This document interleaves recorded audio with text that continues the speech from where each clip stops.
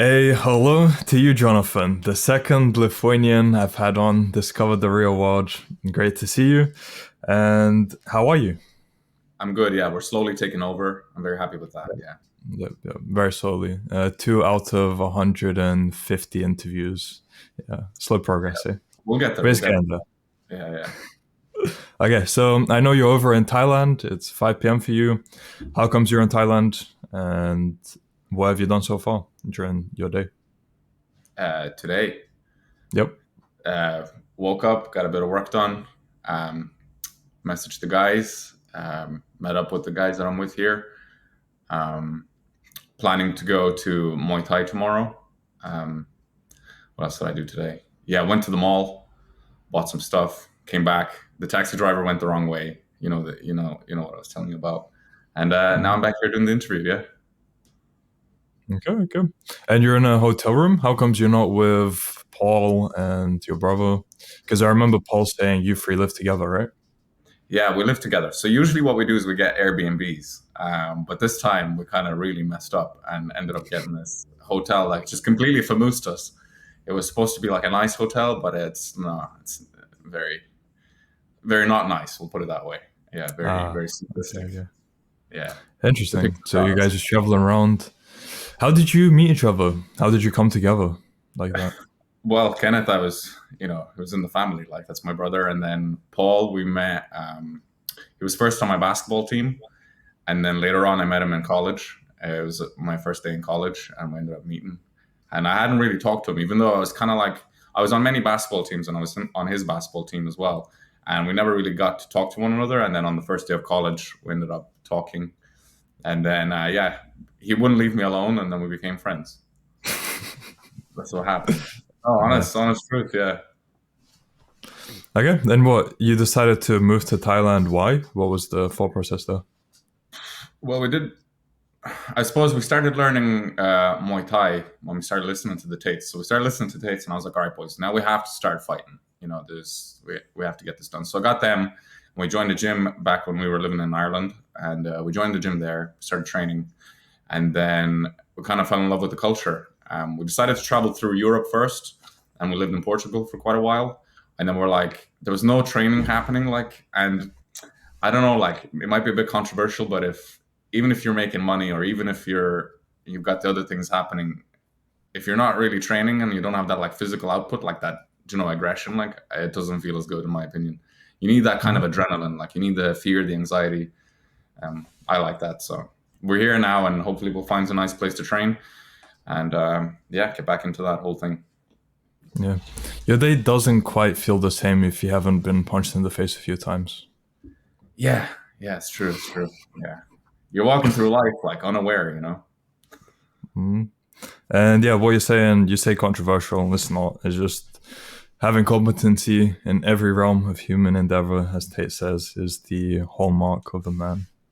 Absolutely, yeah, I agree with him So yeah. on that particular thing. Okay, very interesting. So what's the plans in Thailand? Are you moving permanently or just Airbnbing and then traveling somewhere else after? I got to sort out a bunch of visa things, but we're gonna try and stay here. I want a permanent base. Like you can't really like you can't this whole digital nomad thing of like traveling around all the time. You don't really get the best workout.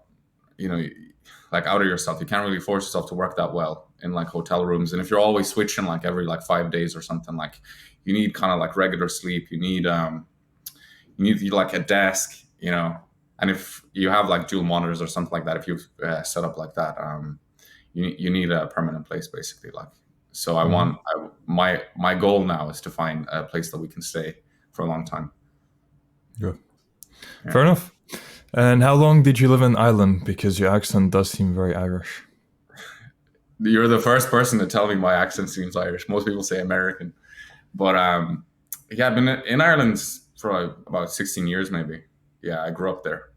Yeah, we went back to Lithuania a few times and then came back again. Um, Yeah. yeah, But so were I you ended born up. in Lithuania? I was born in Lithuania. Yeah, yeah. I moved Right. over to Ireland. Um, yeah, I moved over to Ireland about 9 years old or something like that. Okay. I guess I was a bit earlier, born in Lithuania, but moved over to UK age 5. How So did yeah, you manage to keep the Lithuanian accent, or not the Lithuanian accent, the Lithuanian language? I'd go back quite often during holidays because I had friends I grew up with on the same street in Lithuania, so I wanted to keep visiting them, visiting grandparents, because it was just my mom that came over to UK. So everything else I grew up with was over in Lithuania. So I'd go back, visit quite often, and speak Lithuanian there. Would you go back during the summers? Yeah, some just any school holidays I used to go back. Even when my mom would go traveling to different places, I'd only want to go Lithuania when I was younger, just Yeah, to go back to the friends that I grew up with, and yeah, just there's family, something everything. special about that place. I Yeah. mean, not anymore. I don't like it anymore. But back when I was growing up, I loved it. Yeah. Okay, fair enough. Yeah, Now it's looking like Spain and Dubai. Those Spain are and the Dubai. special places. Okay, I like Spain. I like the north of Spain. I've never been to the south. And Dubai, I have to go this year. Mm. I don't know South when, but Spain I'll. is very nice. Around Marbella, that area. Would definitely Yeah. recommend visiting. Okay, that's on the list now as well. Cool. I wanted to settle down, but here I go again. Yeah. Think you're settling down in Thailand and you give South of Spain a visit. Oh, guys, we have to relocate. Yeah, South of Spain is better. okay, Airbnb again. Here we go. Okay, so let's go on to the real world now. What did you do? How did you discover the real world? What did you get into? And how has that been financially? Um, I discovered it. I guess was like, well, back in the day, it was called Hustlers University. So I joined about a year and a half ago, and I was just the first time I saw Tate, I was like, who is this guy? Like, like his videos, like really, the first video I saw, like just completely put me off. But then it got me engaged. And then I started watching more of his stuff. I'm like, okay, I agree with that. Okay, that's pretty good. Okay, this is pretty good. And then like, now and again, he'd drop in the Hustlers University thing. I didn't really know what it was. I thought it was like, is it like a Forex thing? Is it like a group? Like, is it like a trading group? Like, I didn't really know what it was. And then eventually I was like, you know what? I'll give it a try. And so I joined, about a year and a half ago. And then I started off which I was like, okay, I want the money the quickest. So I started off with copywriting, but that didn't really give me success very quickly. So I was like, okay, next. And I started trying a few other things, and then eventually got to the marketing section that they're teaching, and I Mhm. just started like I was like, wow, there's a lot of information here. Like this is just insane. And mind you, at this time I'm going through a bachelor's degree, a master's degree. Like I'm still in college, like so I'm exposed to quite a lot of information. And then I was like, the amount of information in this place is just insane. I was just learning so much. I was like, even if I don't make any money, just for the fact that I'm learning so much, I'm like, I'll be fine. Like at least something I can use from here.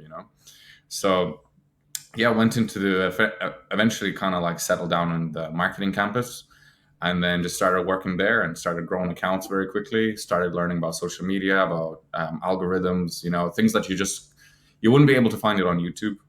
Um, so yeah, and then absorbing all the knowledge like from the professors like Luke. Um, I learned a lot from him. So yeah, that's what I did. And then I stuck with marketing, yeah, and then eventually started growing it out into some sort of like, I guess, a business. And then now we have like 10 guys that work with us, and we grow various social media pages. We work with lots of, I suppose, athletes and famous people or people who want to become famous. And yeah, it's been going quite well.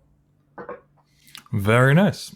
So, in terms of scaling, let's go with how did you acquire your first client, and then how have things developed since? So, you've built a whole team now. So, from first client to whole team, what was the process there? Yeah, I mean, a lot of things happen, but okay, we'll start with the first client. So my first client, I don't know where, but inside the campus, one of the campuses, someone said, I think maybe it was in the copywriting campus. They're like, you can get your first client by asking around and seeing, just like in your local community, seeing who needs help and seeing if you can do it for free for them, right? So at the time I was training Muay Thai, and I was like, all right, let me try my gym. So, and that was ended up being our first client. So what happened was we did like a month's work for free. Um, And we built everything. We built our social media. We built like the website. Did all the Photoshop, the pictures. We're recording the videos. We're like, doing all the editing for them. It was just like a lot of work, and no pay. Like if you ask me to do the same job now without 20 G's, I am not touching it. Like, nah, no way, But anyway, so we did 1 month, and then we're working like 12 hours a day on this thing, and it ended up like doubling their sales. Just like, no, actually, it was triple. It was triple their sales. They had like a record of the amount of signups they had for the beginners class, and I was like, could beat it, and we ended up tripling the amount. Like, so it was pretty crazy. And then after the first month finished, we went to have we're gonna like negotiate, get the first deal done. Like, and I'd never done like that kind of deal before, in like a business sense. Like I've negotiated for like salaries and things like that, but I've never done it in a business sense. So we went in and I was like, okay, we have to take him for dinner. So we took him for dinner, and I ended up paying like 130 euro for the dinner myself for like all of us. And then the deal was only 250 euro per month. So it was just like, I just had no idea of like what was a good amount of money to charge, and like, how business was really done. Like, so it was a complete like beginner thing. And we ended up working for a bit together. And then eventually, once we realized like there's no way we can, scale at this kind of like small rate, we have to like, we couldn't work together. And there was no way, like they didn't have that much money where they could like cover the amount of cost that we wanted, or to pay the amount that we wanted. We didn't even ask. We're like, this is just going to be like just way too much for them, And at that point, we had started getting other clients. So we just kind of ended it with them, but they're still very fantastic people, and they're still reaping the benefits of the work that we put in with them. Like, so it's very good. Yeah. Okay. Yeah. So you asked me, how did we get to now scaling and things like that? Yeah. So then it just became one client. A lot of like, we don't even advertise what we do. Like, so everything for us just pretty much just comes from referrals, like we don't really reach out. We don't really do any of that. Most of it just really just comes from referrals. So people really like what we do. They come and they say like, oh, this guy said that you were very good and you can do this and you can help me with this. Boom, boom, we get a quick deal done, and then we end up working for quite a bit of time together, and then more and more people come. So that's kind of how I suppose it's scaling right now. But soon we're going to do a lot more reach out once we have the capital, because I want to start hiring more people and then reinvest and then just like scale it out and things like that. Very interesting. So for the 250 a month, damn, that was a lot of work the first month. You're saying 12 hours a day, and then second month you only get 250. That's quite painful. Damn. Yeah. But it's good. Do you know what? I like these lessons because they make good stories, eventually.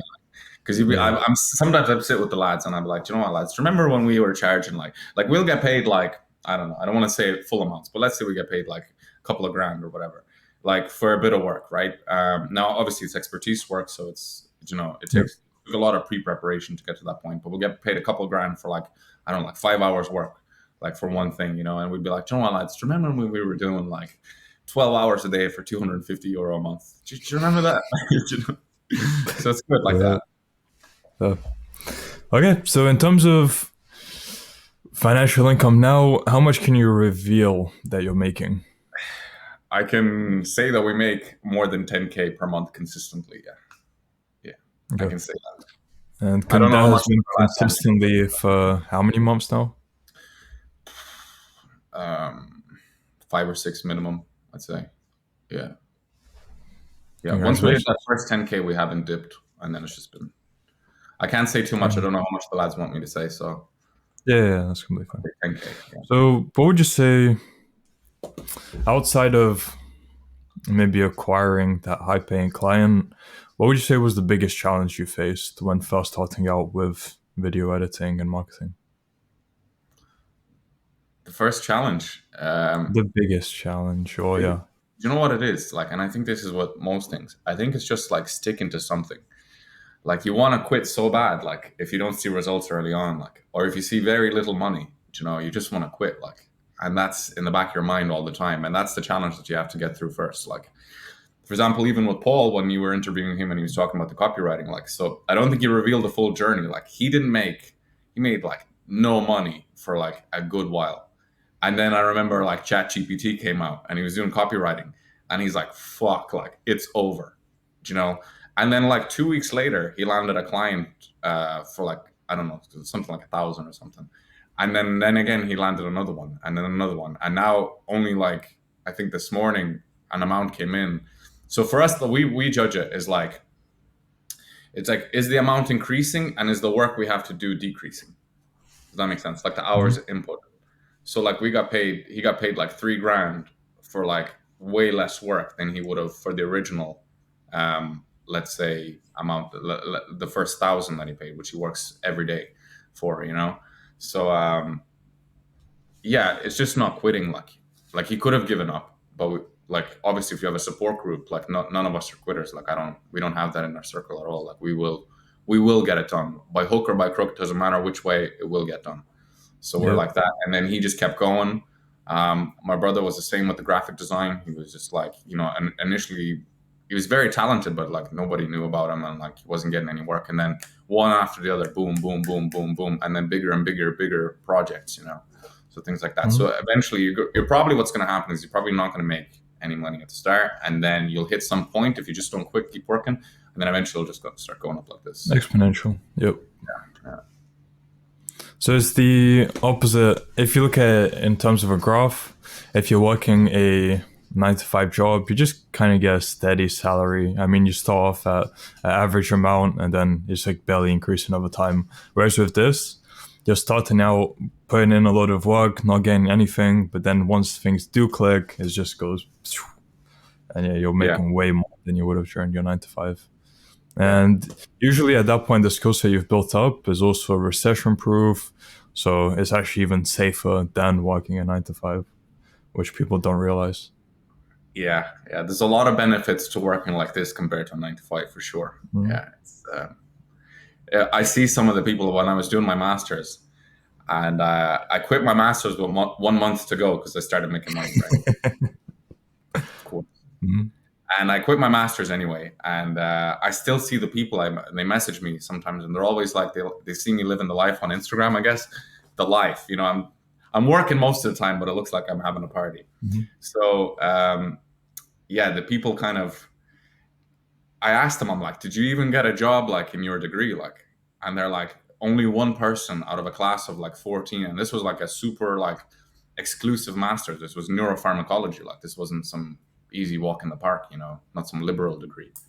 And then only one person ended up getting a job from with their degree. Like, so that's. And then I Yeah, was thinking, because sometimes you start on these journeys and you start thinking like, well, did I make the right decision? Because you'd be like, well, maybe the other side was better. You start thinking like that. But then if you actually evaluate it for what it is, and you're like, okay, yeah, I made the right decision. Yeah, my life is Mhm. completely different to theirs. Right, right. Similar situation with me, not quite as hardcore as you. I dropped out with 6 months left of uni and a You're four still a year champ. degree. Yeah. You're still a champ.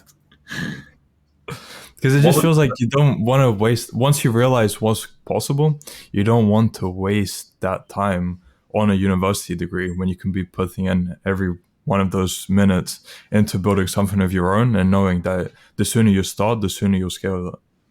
And it'll what did scale up. you study in university, if you don't mind me asking? Artificial intelligence and robotics. Okay, yeah.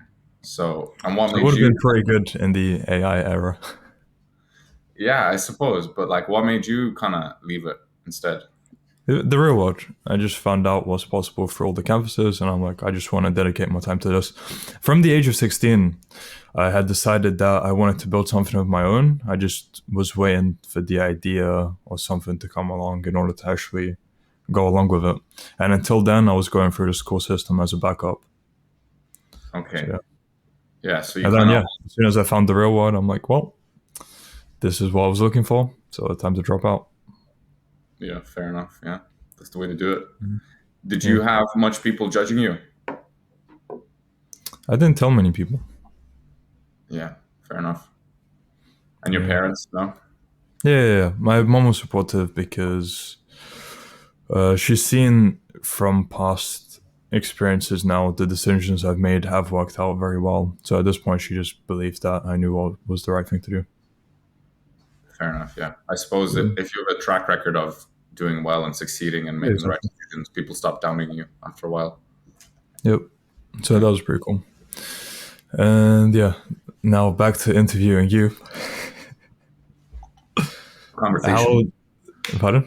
It's a conversation, isn't it? Yes, yes, yes, yes. So, how different has the material been within the real world compared to what's out there on the internet? So, on the internet, if you Google things and you look things up on YouTube, they're going to be like 2, 3 months old. So, what's promoted by the algorithm is going to be already 2, 3 months old. You're going to have a hard time. You have to like click a filter to search for something that is going to be good. Then you have to look through like a bunch of videos, and then you're like, okay, and that's my solution. Whereas in the real world, do you remember the minute like ChatGPT came out? Boom, the next day, almost Yep. the next day, they started using ChatGPT already, telling you how to use it, how to make money using it. I remember Midjourney came out as well, or what is it, Dolly? Isn't it the one Dolly. that generates? Yeah, the one that generates the images. And instantly in the marketing campus, the very next day, they're like, boom, use it like this. This is the input. There was a whole tutorial already done. Boom. Like you can't. Do you know when Tate says like speed? And he's like, you Mhm. got to go fast. You got to go speed. Like they literally live that. Like it's insane. Like it's just like boom, the newest thing comes out, they're there, and then you're already utilizing it, whereas your competition is still watching the 3 month video or the 3 month old video. So you're just already ahead of the pack. Like you just get the information firsthand before everybody else, before Twitter, before anything.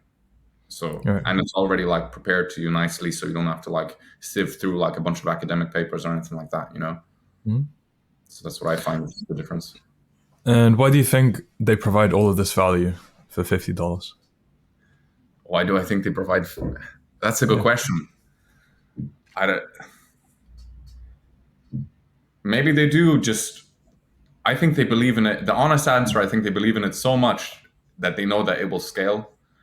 That's my honest answer. I think they just know that it's such a good product that there's nothing else out there that people are going to be just basically so inclined to buy it that they can offer it at such a low price, and it's going to be like they're going to get so many people signing up and staying on.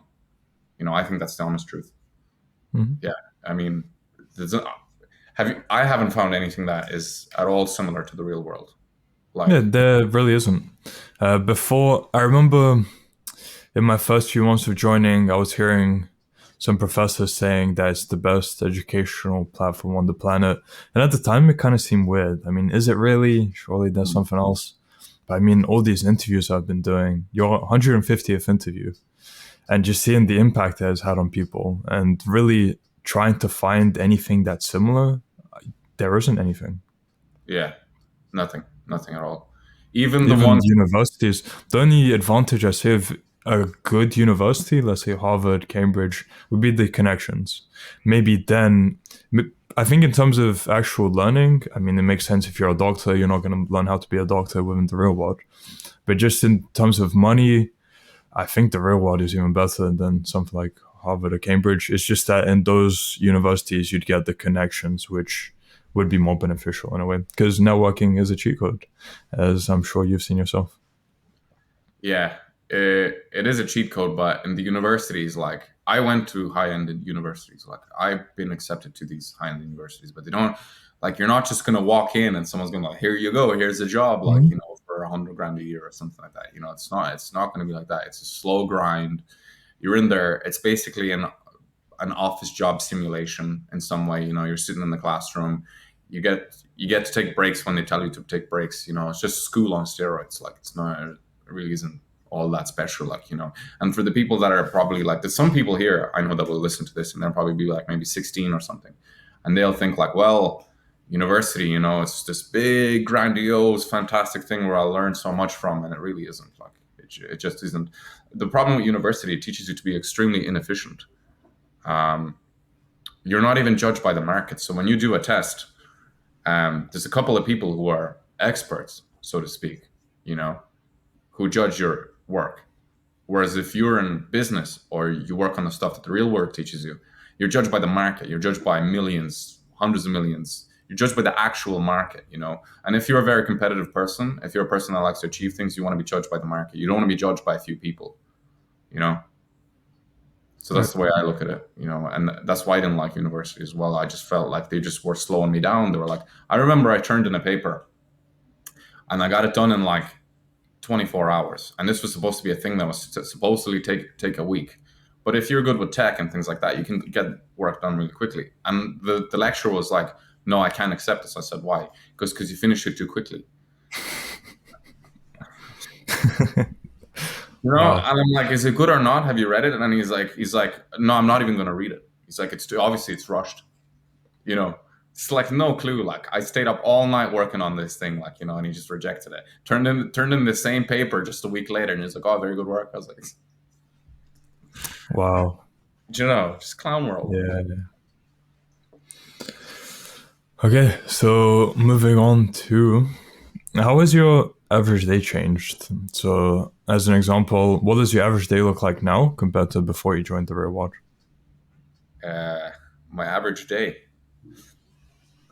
I've always been like a hard worker. Like I've always worked like 12-hour days. I've never liked whether it was in sports or something. I have to have stress. I need like a lot of responsibility on my shoulders. I need just lots of work, like where I'm like, fuck, this is too much.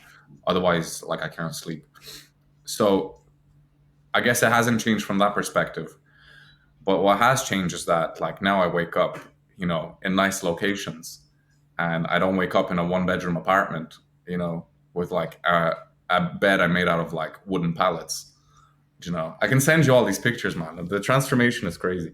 So yeah, like I wake up, like don't mind this hotel, but usually I wake up in like nice places. I'll go work out every morning. That's something that I used to not do until I joined the marketing campus, which is what Luke teaches you. He says to work out every single day, every morning. Just get up, get it done. So I get up, I work out every day.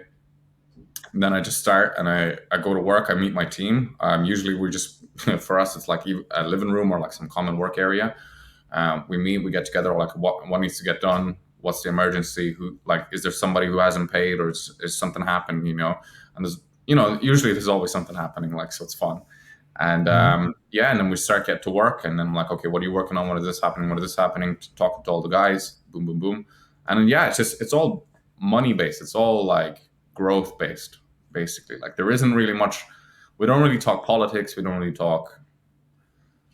I guess we don't know TV shows. We don't like. I don't know. Like some person will be like, "Oh, did you watch?" I don't know any names. I don't know what's happening in the news. I really don't know anything. All I care about is work, making sure that we deliver a good service, and making sure that all the people that work with us are all taken care of. Like that's all I care Mhm. about. So that's what my focus is on. Before it was all about like academic achievements and things like that, and trying to be basically a good student and trying to go to the jobs that I had and things like that. But now it's all business. It's all it's pretty serious stuff. Right. So, I want to go back a bit to where you mentioned chaos, because I have similar situation as well. Where when I have projects piling on or just new things coming up, I love that chaos of trying to sort it out as fast as possible and efficiently everything. I don't know, it just feels good. Usually, other people they probably wouldn't like the stress, but it seems for you and for me, we actually enjoy it. Yeah, I think I think the best things get done under stress. I genuinely believe that. I think the best innovations, the best kind of like solutions, like come about when you're under stress. I think usually there's always like some dip, like some big like negative dip maybe, and then it's like a big spring up from my experience. That's the way I find it. Like without the stress, I'm like, oh, I'll be chilling. Oh, what do I do today? All Yeah, this. exactly. I can't do that. No, I Yeah. need I need as much as possible. And okay, so I'm wondering, where does your stress tolerance come from? Is it something you maybe overcame from childhood, or would you say something else? Yeah, I had a pretty stressful childhood. We'll put it that way. Yeah, it's definitely from childhood. Yeah, I've been this Mhm. way for a long, long time. Yeah, my Paul makes a joke. He's like, Kenneth is in the same position that I'm in, but Kenneth never went through the stress. So it's like my brother Kenneth. Like he's like, Mhm. yeah, he's in the same position, but he didn't have to tolerate this much stress. So yeah, Yeah. yeah, I've always been trying to. I guess from childhood, I've always had that like a stressful life, a lot of responsibilities. You have to understand, like I was supporting a family of six at 19. Like I moved out of my house at Mhm. 15. I was I was my first professional contract offer for basketball. I was turned into a professional at 16 years old. Like I've had quite a bit of things like that, and those are like the positive aspects. So it's yeah. So I like stress. I enjoy it. I live well with it. I need Right. responsibility, as I said. Yeah. Very What about interesting. you? Why you? Well, Mr. Jonathan, that is not something I can reveal on this podcast. It's We can okay. talk a bit more after. Yeah, yeah. Okay, so moving on to what would you say have been the three biggest lessons you've learned from your time within the real world? Three biggest lessons. I learned that you should work every single day. I don't think you should take weekends off. That's the thing that they will tell you. There's a lot of people when we were living back in Ireland, people were really puzzled why we would work every single day, and that's the thing I learned from Luke, just to work every single day, because your competition is working every single day, and you want to take Saturday and Sunday off, Friday evening, to do what? To I find it's very easy to not have these like big dumps in energy if you just consistently do it every day. That feeling like if you take like Sunday or Saturday off, you have this like dump, and then you're like, oh, here I go again on Monday. Hmm. And I think if you just have it consistently, keep going, I think that's a lot better. So that's the first lesson. Um, the second lesson is obviously work out every single day as well. Fitness is extremely important if you want to deal with yeah, as I said, again, back on stress. If you want to deal with stress, you need to be fit. Putin even said it himself in like an interview. He's like, they're like, how do you do it? How do you manage this big country? He's like, I work out every day. I have to. Without it, I can't. So even if Putin is saying it. So yeah, work out every day. That's the second lesson. And then the third lesson, don't know which one to pick, to be honest. Being positive, I think. Being positive is very important. Um, I learned that you think maybe from watching like Tate's videos and things like that, you think that everything is like super hardcore and it's all like, dudes smoking cigars and it's all like mafia related stuff. It really isn't. And like most of the people that you meet associated with the real world or that you talk to, they're all super positive people. They're all like optimists. Even if things are going wrong for them, they're like if you look at the professor, for example, Arno, like Arno is like a very interesting. He's a personal finance professor in the real world, and he's just like super positive all the time, laughing, joking. Like he's making. I'm sure there are many things going wrong with him. I'm sure, or in his life, like I'm sure there's many stressful things, but he's always positive, and there's no room for negativity. And that's what I really like about the real world as well. This is it's just a Hmm. super super positive place. Yeah. Right, great points. So, since you're on this trajectory now, where do you see your life heading in, let's say, 6 months to 1 year? Feel free to give me a different time span as well if you prefer. Um, where do I see my life heading? Yep. Well, I'm going to find a stable place to live. That's number one. And then I'm going to scale. I've been getting a lot of requests to do consultations, been getting paid to do consultations lately for social media and growing things and marketing and things like that. So I'm going to try and set that up as well, maybe like a personal brand, we'll see. And then also just scale out these businesses that we have going on right now. And I need to figure out, for me, what I need to figure out is how to get more clients. Because I know there's other avenues. I know I said that most of our clients come from referrals, but I want to have the skill of being able to acquire clients at will, if that makes sense. And I know there's people that can do that. And then the second thing I want to get better at is automating things. So I'll probably have a lot of the business automated, maybe in 6 months' time. So, and I think that's another skill. So those are things I'm focusing on. As far as money amounts, I can't really reveal that. I know that's probably what you're looking for, but That's fine. No, completely fine. yeah. So, and then, yeah, I mean, for me, I have my brother and my best friend with me working on all this stuff. So we'll just continue doing that. I'd like to pay off my parents' house, the mortgage. That'd be nice. I'm already doing little things for them, like flying them out and paying for apartments and things like that for them to stay in, and all these kind of things and big gifts. And yeah, things are looking up in that sense. But I do eventually want to pay off their house in Ireland, so that'd be a Mhm. nice thing to do. But I hope they don't see this. Okay. I mean, interesting how common of a goal that is within the real world students of helping the parents, whether it's retiring, paying things off. Whereas in the outside world, I mean, it seems kind of weird. I mean, the people are saying, well, your parents, they're independent people and they can look after themselves, whereas the children just go out and don't really care about giving back. So it's interesting the mentality there of pretty much every real world student compared to the average. Yeah, I would advise though. I think if someone is gonna, I'm not sure if this is gonna get left in, but don't focus on it too much too soon, because I think you can kind of like, you know, that meme of the kid driving a bike, and then he takes a stick and it puts it in his front wheel, and then he flips over, and then he's like, "Oh my God, how could this happen to me?" You know, I feel like if you focus too much on other people too soon, like if you have $50, let's say you have that $50 that you want to buy the real world, right? And people will make this mistake. They'll take the 50 and they'll either give it to someone else or they pay for somebody else. You have to invest in yourself. I think that's number one. You should focus on investing first in yourself, build yourself up to the point where you have so much money that like retiring your parents doesn't mean anything. You know, I think too many people will focus on like they'll make their first 10 grand a month and they're like, right, five is going off to my mom, you know, or something like that, or instantly. And it's like that five reinvested back into your own business would be like, would cause you to go maybe to 20K or to 30K, where eventually that initial five means nothing. So that's why I would say I tell people Completely fair. Yeah.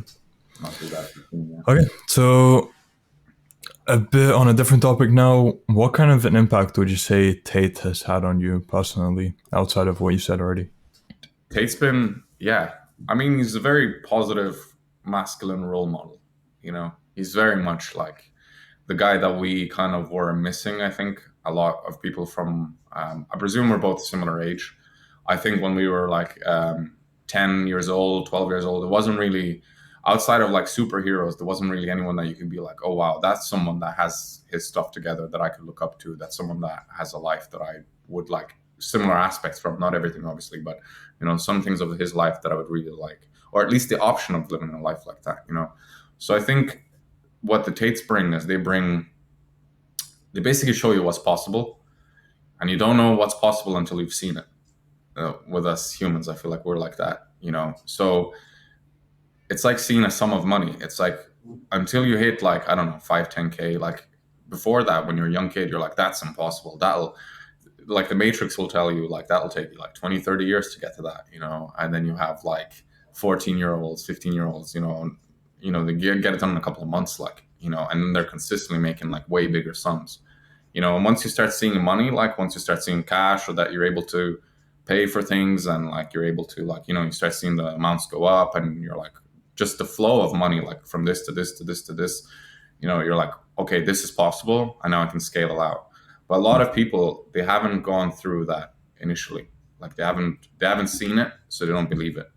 But once you're inside like the real world, let's say, and you see all the wins coming in, you're like, okay, so it is possible. How old is this guy? Oh, this is possible. This is possible. So again, relating it back to the Tates, that's what they show you. They show you what's possible. They show you that you can, you know, have this fantastic life, that you can be in shape, that you can have good business partners, that you can have good friends, that you can have lots of people like you, you can have beautiful women, let's say, you can have lots of money, you can have all these things. And you can still be young while doing it. You don't have to be 85 years old, you know. So they show you what's possible, and that for me was a big thing. That if you're a competitive person, if you're somebody that is looking to always like better yourself, you need to like look up and be like, okay, what do I aspire to? If you have nobody to look up to, if you have nobody to aspire to, it's very difficult to kind of like force that out of yourself.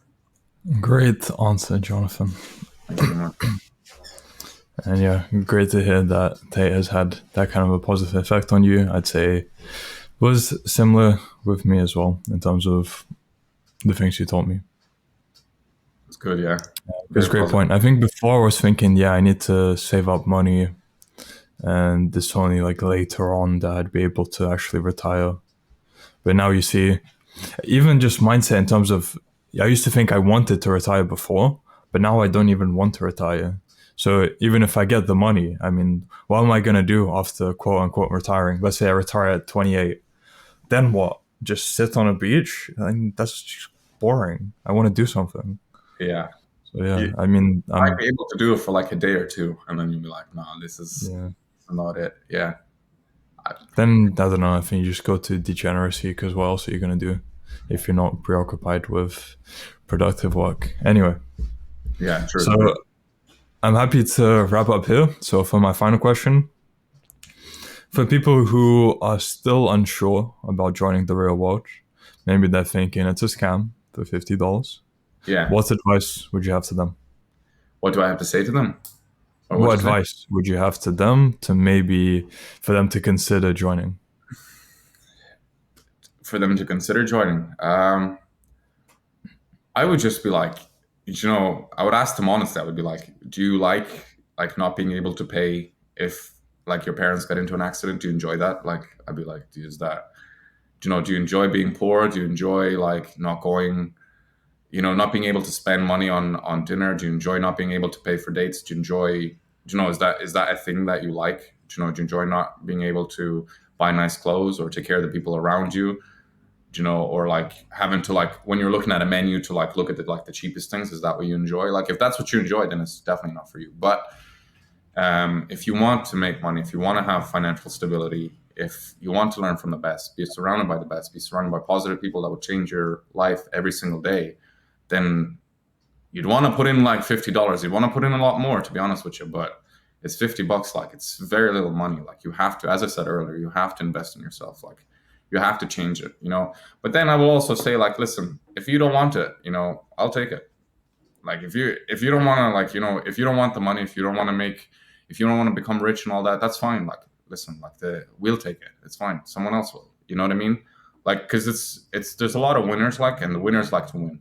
But if you're not a winner, if you don't like winning, then of course, like, it's not suited for you. If you don't have $50 to put in to, like, get the education, just even to see, like, this like absolute like magnificent tool that is presented and built by over 110 people that work daily, like 16 hours a day, to make this tool like as perfect as possible for you to be able to make money.